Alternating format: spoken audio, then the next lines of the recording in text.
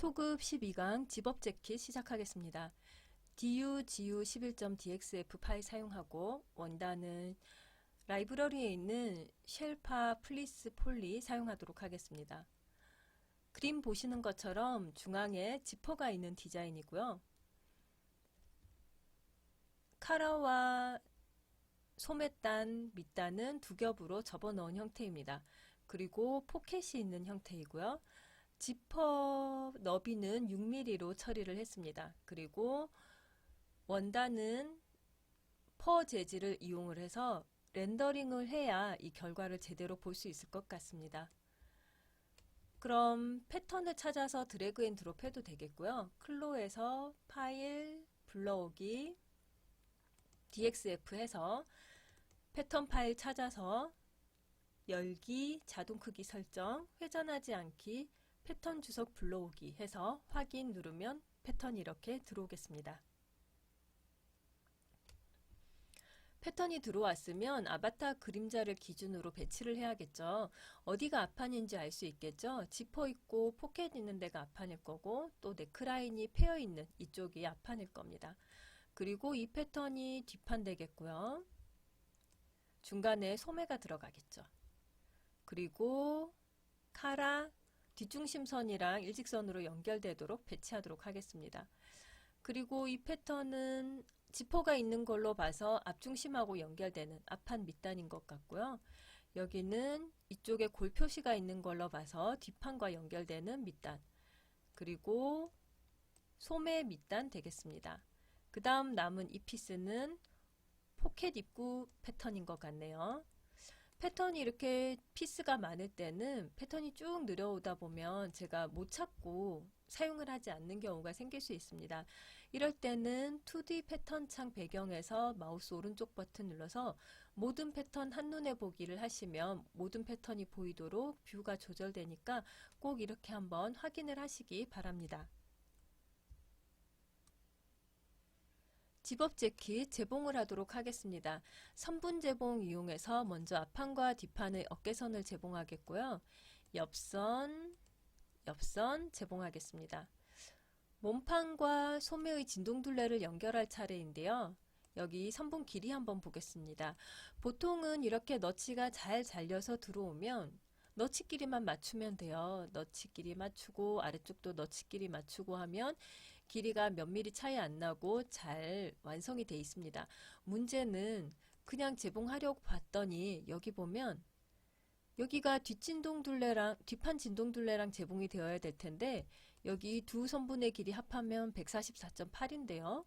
소매는 116.9니까 30mm 가까이 차이가 나는 거고 소매가 30mm 정도 짧은 거죠.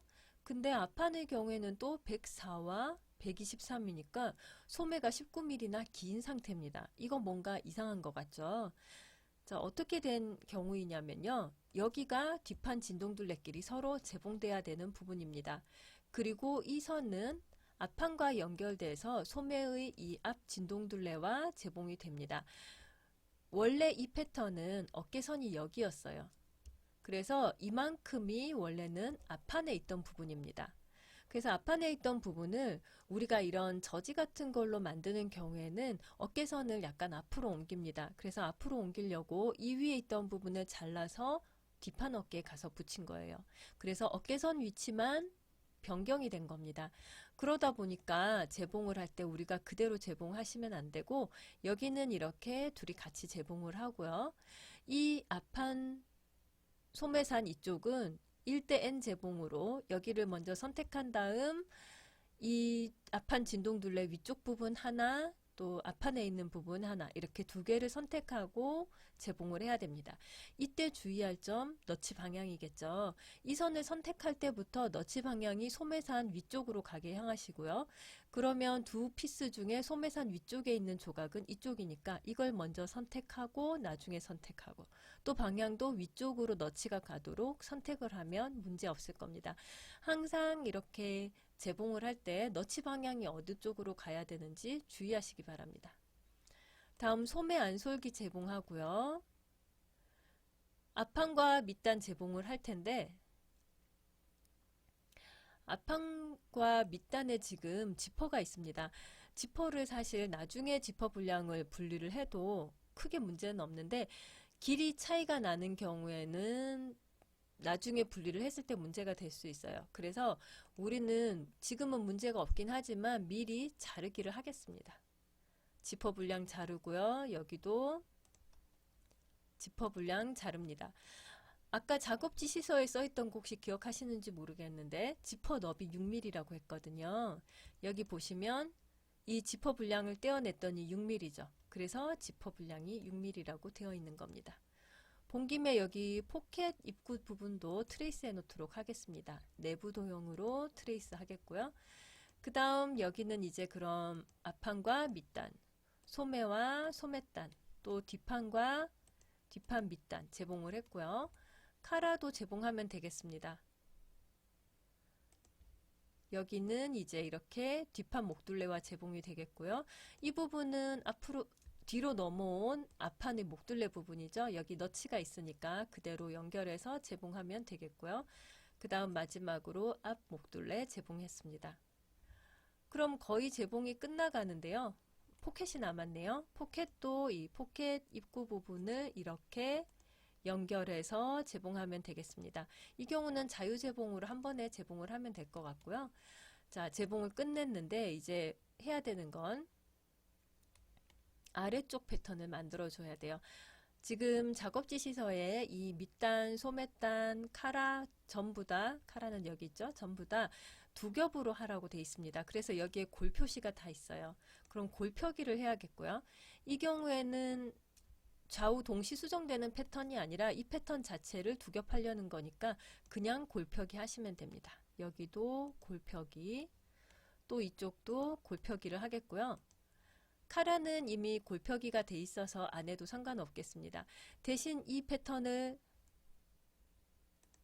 이 위쪽을 접어서 안으로 넣을 거예요. 그러면 접힘선이 필요하죠. 이 선 선택, 마우스 오른쪽 버튼 클릭, 내부 도형으로 트레이스 하겠습니다. 이렇게 해서 나중에 접을 수 있도록 준비를 해준 것이고요. 여기도 그럼 접으려면 접힘선이 필요한데 트레이스 하려고 봤더니 선이 없어요. 이럴 땐 내부 다각형 선 도구 이용해서 선을 그려주시면 되는데요. 어떤 학생들은 저는 내부 다각형 선이 없어요 하는 경우 있을 수 있습니다. 그런 경우에 여기 내부 사각형 또는 내부 원 밑에 툴이 모여 있어요. 그래서 드롭다운 하면 메뉴가 나타나니까 이 툴을 옆에 삼각형이 있는 툴의 경우에는 마우스로 꾹 누르고 있으면 다른 툴들이 선택 가능합니다. 그래서 내부 다각형 선 툴을 사용할 거고요. 트레이스 옆에 있습니다. 자, 그럼 시작점 클릭, 끝나는 점 더블 클릭하면 이렇게 내부 선분이 생성됩니다. 소매단에도 시작점 클릭, 끝나는 점 더블 클릭. 앞판 밑단에도 시작점 클릭, 끝나는 점 더블 클릭하면 내부선이 생성이 되었고요. 앞에서 봤죠.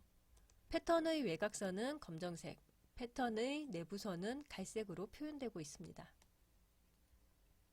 자, 이제 이 아래쪽 부분, 여기 이 부분이죠. 이 부분은 안으로 접혀 들어갈 부분이에요. 그러면 접혀 들어가서 고정이 되어야 되니까 제봉을 해야겠죠. 자, 여기서 여기까지 이렇게 제봉하겠습니다. 누구랑? 이 위쪽 부분이랑. 이렇게 제봉하고 제봉선이 펼쳐지면 안 돼요. 납작하게 눌려야 되니까 턴두로 고칩니다. 소매의 경우에는 이렇게만 제봉하시면 돼요. 여기를 제봉할 거고 턴두로 할 거고요. 그러면 이 옆은 제봉이 안 됐는데요. 이 옆은 자유제봉으로 이렇게 제봉하겠습니다. 소매의 경우에는 이렇게 제봉을 해야 이 선 두 개가 평평하게 펼쳐지기 때문에 커스텀 앵글 상태로 그냥 두겠습니다. 그 다음 뒷판 밑단은 이 선과 이 선을 제봉하면 되는데 역시 여기도 납작하게 펼쳐져야 하니 납작하게 눌려져야 되니까 턴두로 하겠고요. 그 다음 앞판과 뒷판의 옆선은 서로 제봉되어야 되니까 이렇게 제봉하고 여기는 커스텀 앵글 그대로 남겨놓도록 하겠습니다. 마지막으로 여기 칼라에도 이 선 기준으로 접을 거예요. 그럼 이 위쪽 선과 이 아래쪽 선이 제봉이 돼 있어야 고정되겠죠. 자유제봉으로 이렇게 또 시작점 끝나는 점 해서 한 번에 제봉을 했고요. 턴두로 고쳤습니다. 지금 제가 자유제봉을 쓸 때가 있고 선분제봉을 쓸 때가 있는데요. 선이 끝나는 점이 딱딱 끊어져 있는 상태로 선분 단위로 제봉할 때는 선분 제봉을 썼고요. 지금처럼 너치가 있고 하더라도 서로 이렇게 똑같은 상태에서 제봉해서 한 겹으로 만들어야 된다. 이럴 때는 하나하나 따로 너치끼리 제봉해가면서 선분 제봉하면 선분이 3개나, 제봉선이 3개나 생겨서 3번 다 턴두로 해야 되고 나중에 혹시 제봉선을 삭제하거나 비활성화하거나 하더라도 3번을 다 해줘야 돼요. 그래서 이렇게 너치가 있더라도 하나로 연결돼서 해줘도 되는 경우에는 자유제봉으로 제봉을 하는 것이 좋습니다. 자, 끝났으면 저는 이제 이 지퍼 분량은 기다려 봤는데 더 쓸 일이 없을 것 같아요. 이러면 삭제하면 되겠고요. 아, 그리고 하나 놓친 게 있네요. 포켓에 지금 포켓 입구도 골 표시되어 있는데 여기 골펴기를 안 했습니다. 선분 선택, 마우스 오른쪽 버튼 클릭, 골펴기 할 거고요. 참 골펴기를 할 때는 해당하는 선분을 선택해서 골펴기를 해야 되기 때문에 점선 수정도구 사용하셔야 합니다. 골펴기 했고요. 다른 경우처럼 접힐 내부 선분 미리 만들어 놓도록 하겠고요. 그 다음 이 두 개의 패턴이 양쪽이 서로 마주 보도록 제봉이 되어야 되니까 자유제봉으로 이렇게 제봉을 하고 턴드로 해놓도록 하겠습니다. 이제 남은 것은 동시수정 패턴을 만드는 거겠죠. 패턴 선택, 마우스 오른쪽 버튼 클릭, 동시수정 패턴 복제해서 반대쪽에 이렇게 앞중심끼리 마주 보도록 먼저 패턴을 복제를 했고요. 뒷판 패턴 해당하는 부분들 이렇게 이동해서 뒷중심선끼리 서로 마주 보도록 했습니다.